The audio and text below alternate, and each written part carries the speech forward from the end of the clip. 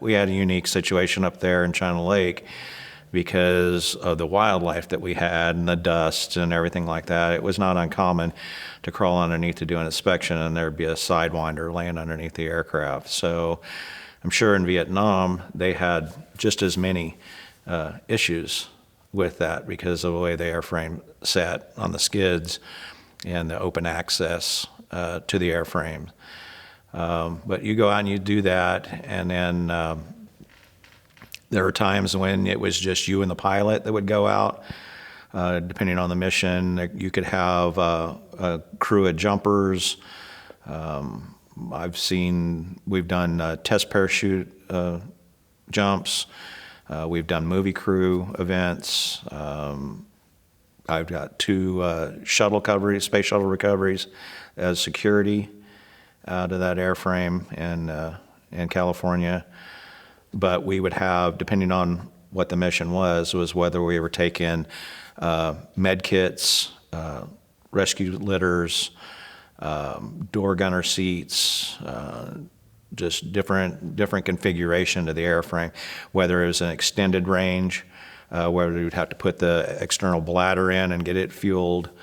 Normally our time range was between 2 and 2.5 hours, and just the basic setup in it. A lot of factors went into that. This was part of crew briefing and everything, where we were going, temperature, elevation, altitude, wind, all these things factored very, very tightly with the Huey because as a tail rotor aircraft in general, you have to keep your nose in the wind. So you have to take all that in consideration in everything that you're doing, and on whether you're going to be able to get there or not, primarily get back and do that. In China Lake, we were in the Mojave Desert and we were in the Sierra Nevadas. So we had rescues we had to do there. Altitude, fuel burns differently than at sea level, burns differently at 50 degrees than it does 110 degrees. So that has that. You use more fuel in a hover situation than you do just straight flight. So there was a lot of calculations that the pilots had to put in that and determine where we were going. And then the crew, we were just given that information and tasked to make ready the aircraft to meet that mission. I don't know exactly the year it is. We had an F-18 that crashed into a high altitude area, and we had to go up and first evaluate the situation. So it was outside Lone Pine, California.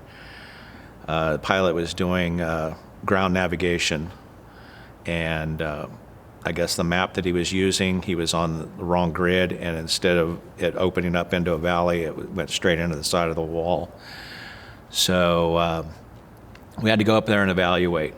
Modern aircraft are full of toxic chemicals and materials and things like that. So our first mission in that was to go in and determine fire risk, contamination, as well as survivability of the pilot.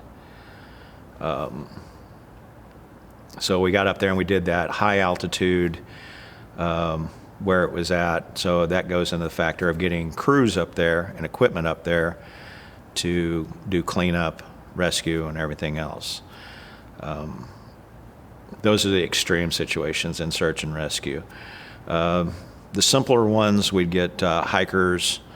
They would be up on a trail or something like that, and they'd just get up there and get lost. Or they would get hurt. So depending on those conditions, whether we're taking a litter, trees, we would have to rappel out of the helicopter, down through trees to rescue these people, put them in a litter, and then pull them out. Basically, we would be hanging underneath the helicopter by a rope, and then they would fly to a location that they could actually land. We could load everything in and then go back to base. Side of cliffs, we did what they call one skid, where there's actually nowhere to land, so you have to come in and hover right off the side of a cliff or a mountain, and those people step off the ground into the helicopter. So you're watching rotor clearance and making sure you're not hitting the side of the mountain when you're doing that. Growing up in the 70s, post-Vietnam, we would see the videos and the movies and everything about the Huey, the impact that the Huey had. Everything you ever saw was about the Huey in combat and everything else. It was a workhorse. It had the mission capability to do anything thrown at it. Since that time, and when I was involved with it, I was very proud to be able to be part of that Huey mission and seeing its evolution beyond that carried into the newer airframes. You can still feel that pulse to it from the original Hueys. So it's that fade in and out that's people that have actually had background and history with the Huey can still feel with the new generations.